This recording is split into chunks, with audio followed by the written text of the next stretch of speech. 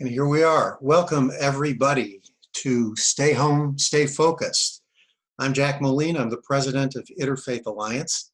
And we're here today to provide you some inspiration and I hope some distraction from everything you're going through and dealing with the coronavirus and its impact on yourself, your family, and our society. My guest today is Madihha Ahussain, who is the special counsel for anti-Muslim bigotry at Muslim Advocates, a great organization. Welcome, Madihha. Thank you so much for having me today. The first question I want an answer to, which is on my mind with everybody I talk to, is how are you doing? I'm doing good. Thank you for asking, and thank you so much for hosting these every day. I think it's a really great chance for people to connect. My family and I are using this time to just recenter, refocus. I guess that's very apt for today. And, we're just taking it one day at a time and just trying to find the positive in everything that's going on. Great. And I hope we have a little bit of time to talk about how you and your family are dealing with this isolation and the upcoming month of Ramadan. But we'll get to that in a minute. Yeah. Tell me a little bit about Muslim Advocates and about your work there. Of course. So Muslim Advocates is a national civil rights organization working in the courts, in the halls of power, and in communities to halt bigotry in its tracks. We are a national organization, and we ensure that American Muslims have a seat at the table with expert representation so that all Americans may live free from hate and discrimination, which is part of the crux of our mission so that we can work with organizations like Interfaith Alliance and so many other organizations across the country to really stand up for civil rights for all Americans. And I think it's important for people to know that you're not a faith-based organization, though you are a Muslim organization. Yeah, that's a great note to make. So the way we describe it is that we're a non-religious civil rights organization. And obviously from the name of our organization, it's clear that we work on behalf of a particular community, but the goal is to really strive for the safety and protection of all Americans. And that's why we do work, on various aspects of whether it's from working to challenge the Muslim ban, or if it's, talking about issues related to bigotry affecting all communities. We do work in the online hate space. So there's a lot of different areas where we work that really focuses on protecting the rights of all Americans. And so I think it's important also to point out that when you talk about promoting the law, you're talking about the Constitution and not, as you're often accused, of promoting Sharia, which is that is right. Yeah, we are an American civil rights organization. We actually very specifically focus only on issues here in America. And the work that we are doing is to uphold constitutional civil rights here for, people that we've been guaranteed these rights as Americans, and that's what we fight for. And that's why our two organizations get along so well. We are a little more broadly based, but have exactly the same focus. Yeah. Speaking of focus, what are you all focused on right now other than keeping yourself and your loved ones safe from coronavirus? Yeah, so there's two things that come to mind for me right now, and you touched on one like just briefly when you mentioned Ramadan. So we're at the beginning of April. We're just a few weeks away from the beginning of the Islamic month of Ramadan, and things are going to be really different this year. And so one of the things that I am thinking about, and in conjunction with the work that we're doing at Muslim Advocates, we're thinking about more broadly is, what are the needs of our faith communities right now? Things are looking very different for people who are used to congregating for prayer. People are used to, especially during the month of Ramadan, are used to going to the mosque or the communities that they are in and coming together for breaking the fast, or coming together to, again, engage in congregational prayer. And the mosque is, thriving during this time of the year. And we are now anticipating that that's not going to be the case, at least through the end of April, if not longer. And so we're thinking about what the resources are, what resources are needed from the faith communities, in particular, houses of worship. And tied to that is also, there are a lot of benefits and resources that are currently available to nonprofits. And we're trying to figure out how houses of worship can fit into that equation, and whether there are resources available for them. And then the second piece that I'm thinking about in relation to this conversation around bigotry is, we're at a time during a public health crisis where our country should be coming together and should be, supporting one another and lifting one another up. But the reality is there are undertones in our country of finding opportunities for bigotry wherever they exist and exploiting communities during times of need. And so we have seen that racism is still thriving, and in particular attacks against the Asian American community. And also we see that the online space continues to be a way for organizations to come together, especially when everyone's at home and using the internet and they're online. And so those are two things that come to mind right now. There's obviously a lot going on in everyone's personal lives, and everyone's trying to take it day by day. But I think that, that's really core to our work, and we're working through those various issues right now. You mentioned toward the beginning of this conversation that Muslim advocates has been in the forefront of objecting to, opposing, and even suing about the travel bans that have been implemented by the Trump administration. And now here we are in a very different circumstance, and travel bans seem to be all the rage. Not just people coming in and out of the country, but people traveling to their next door neighbor's house. How do you continue the work of opposing the bigotry that's behind the Muslim bans, while at the same time upholding the necessity of the travel bans that are being imposed? That's a fantastic question. We've seen the travel restrictions in place now. The key difference here is the motivation behind the travel ban. The restrictions that we see now are to protect the health and safety of the entire nation. The motivation behind the Muslim ban was really focused on one simple thing, which is the administration wanted to ban people simply because of their religion. It wasn't about protecting the safety of this country. There was no evidence to point to suggest that there was a threat in which, that was motivating the travel ban, the Muslim ban, for these particular countries. And so we have to look at the distinction behind the interests that the administration is trying to serve. Here, in this current pandemic situation, I think all of us would agree that we need to do everything that we can to protect the health of our country.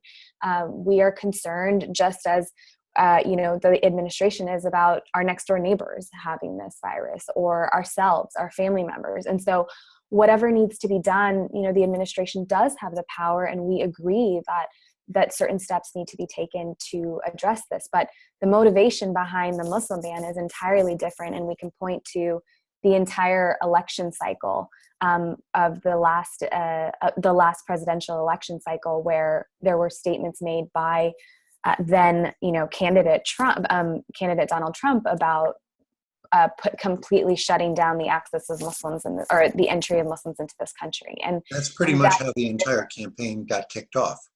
Exactly. And that's the difference. This is about a public health crisis. That was about banning an entire group of people simply because of their faith. Nobody would wish this pandemic on anyone, but because it's here, it helps to look for the blessings that emerge from it. And if anything, when we look at the activities of Muslim advocates and allied groups like Interfaith Alliance in opposing the Muslim bans, this gives us the opportunity to make exactly the distinctions you're talking about. Mm-hmm. It's not that we don't want to preserve the safety and the health of the United States. It is that we don't want false claims and bigotry to be behind tools that are necessary in circumstances like we find ourselves right now. Yeah, absolutely. That's exactly right. I wonder if you might talk as well about your conversations with the Asian American community. I've yet to be able to book somebody to be with me in this conversation, and I'm glad to hear you're working with representatives of that community. What are the kinds of things you're sharing with Asian Americans, and what are the kinds of things we ought to be looking at as allies of the Asian American community? Yeah, it's unfortunate that this is the conversation that we have to be having, but we want to be sure that we're not overlooking the fact that this is taking place, and we're hearing from a number of different Asian organizations across the country that there has been an increase in attacks against Asian Americans in light of the way in which certain officials had referred to the virus before as the quote Chinese virus, Right. or unfortunately some had also said things like the Kung flu. And that type of rhetoric, as we have seen for numerous communities, rhetoric that targets a particular community leads to real world violence. And we've seen that, with the Muslim community, we've seen that with the Jewish community, we've seen it time and time again. And so we wanted to be sure that we were, serving as an ally in this time. And we know that there's been a lot of sort of organizing happening. And I think it's still at the early stages of trying to determine the best way to pursue this issue or really push back against this issue. But we have experience, unfortunately, in this space. So we've been kind of just offering our support and showing and demonstrating that we can be standing together during this time and that we need to continue to be unified. And so, calling out the administration when they use that type of rhetoric is something that we've already done and we will continue to do if it happens again, even though they seem to have stepped back from that at this point. Also, asking for local law enforcement officials to ensure that they're responding to these incidents as quickly as possible. And also, one of the things that we've focused on emphasizing throughout the history of our organization when it comes to hate crimes is really making sure that law enforcement understand that bias motivated crimes are different from regular crimes, and that we need to be aggressive in responding to them in an appropriate way. And so we look to how law enforcement is characterizing these crimes. Are they neglecting or are they ignoring the fact that bias may have been incorporated into the motivation of the incident? So those are some things that we're thinking about and looking out for. And when it comes to those bias motivated crimes, another aspect of that that's so important is reporting them as such, and not simply reporting that something has happened, but reporting the context in which a crime or an assault has taken place. Absolutely. Yeah. Reporting is key. We know from our experience that reporting is challenging for a number of reasons. People are afraid to, they're afraid to expose themselves to more backlash. So they might not share what their experiences are. But, I'm forgetting I'm forgetting the name of the organization at the moment, but there is an organization that's collecting stories. It's an Asian American group that's collecting stories to be able to, again, uplift and make sure that there's awareness about these types of incidents. Very, very important. What are some of the other ongoing concerns of Muslim advocates that you can expand on a little bit? Yeah, so as I mentioned, we're thinking about the resources that faith communities will need during this time. At our mosques, every Friday, there is a prayer, congregational prayer. Unfortunately, those are not happening anymore. And so we know that mosques are losing funds because there's a lot of donations that come in through in-person attendance at the mosque. And as a result of that, a lot of communities are thinking about whether they can avail themselves of some of the resources that have been passed in legislation for nonprofits and small businesses. And so we're looking into what resources might be available, whether houses of worship would be even eligible for those types of relief programs. And in addition to that, we're also, again, in anticipation of Ramadan, we're thinking about what are some things that people are doing. We have started a campaign to share and uplift stories from different Muslim communities around the country about how they are kind of like we're calling it Muslims Act, and what they're doing during this time to help their community. So whether that's creating a program to donate food to the elderly in the community, or setting up a food drive, or we shared a story about a young boy who collected I think hundreds of masks from different places around their cities and donated them. And so just showing and demonstrating how Muslims are helping in their communities. And we know that this is going to be even more critical during Ramadan, because a lot of people rely on the mosque for that community and that space, including food. There are communities where they go to the mosque every day to break their fast because they can't get food anywhere else. And so, I think communities are coming together now and thinking creatively about how to participate in Ramadan in a new way in this era. And I think, prayers are one thing. Congregational prayers, many of those prayers can happen at home in the same way. They're just not congregational. But the other aspects of Ramadan, I think, are really key, and just figuring out how we can all continue to serve in community and be in community in these new times, whether it's setting up virtual, opportunities for people to connect or worship together in some way. We have similar concerns in the Jewish community with Passover coming up. Our concerns are condensed a little bit, rather than having the fast and the religious observances during the day and the feast during the iftar that comes afterwards. We look at all of that stuff sort of glommed together the night of the Seder, where there are special food requirements, and people are used to gathering in sometimes very large crowds. We typically had 30 or 35 people around our table. This year it'll be 2 of us and a computer screen, so that we're with our children and our friends. So it's a dilemma that I think everyone is facing. Let me come back for just a second, and we don't have much more time than that, to the question of funds from government relief coming into religious institutions. You and I have been on the same side of concern of government money flowing into religious C3s, because along with the money comes the government. How would you address that as you talk about the potential for some of these relief funds from coming into mosques and masjids?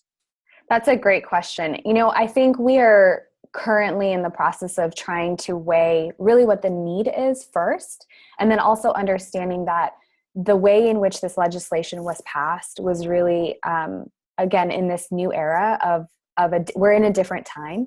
And we think that the way in which these funds will be distributed will be unattached from some of the concerns that we've had in the past, which relate to surveillance and relate to things associated with law enforcement. We don't think that there's going to be that same connection here, but we're also still learning, and we're talking to a lot of experts about what exactly these funds look like. What are the conditions? What are the restrictions? What are the uses for these funds that the grantees or the people who get the funds would have to kind of abide by? And those are things that all need to be considered.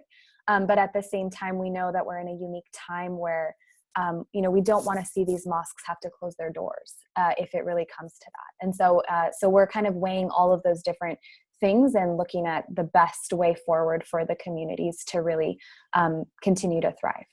I think this is going to be the subject of a lot of conversation, and it's worth remembering that the way this relief bill was put together was necessarily haphazard, because it needed to be done quickly. So the things we're now talking about with nuance and concern were done in the hopes of getting the money into the hands of the people who needed it as soon as possible. And that's going to be coming up. So we're near the end of our time here, and my last question to you before we say goodbye is, what's the one thing that you would recommend to our viewers and listeners to help them do good and stay focused in these days of isolation? Like I said before, I think one thing that has been really helpful for me is kind of taking it one day at a time and looking at the opportunities to reflect on the positive things that are coming out of this. More FaceTime calls and, virtual calls with friends from across the country, or more time to write in your journal, more time to reflect on the good things that you are grateful for in your life. And I think it's difficult. It's hard not to pay attention to the news every day, but I think taking it one day at a time and finding those positive moments has really been helpful for me. I can tell you that it's very gratifying to me as the head of an interfaith organization that I hear similar responses from almost everybody I have these conversations with. It shows exactly how much we have in common with each other. Yeah. Madihha Ahussain, thank you so much for being with us today. Muslim Advocates can be found at www.muslimadvocates.org. Sounds great. And to all of our viewers and listeners, please be well, stay home, and stay focused. Thanks. Thank you.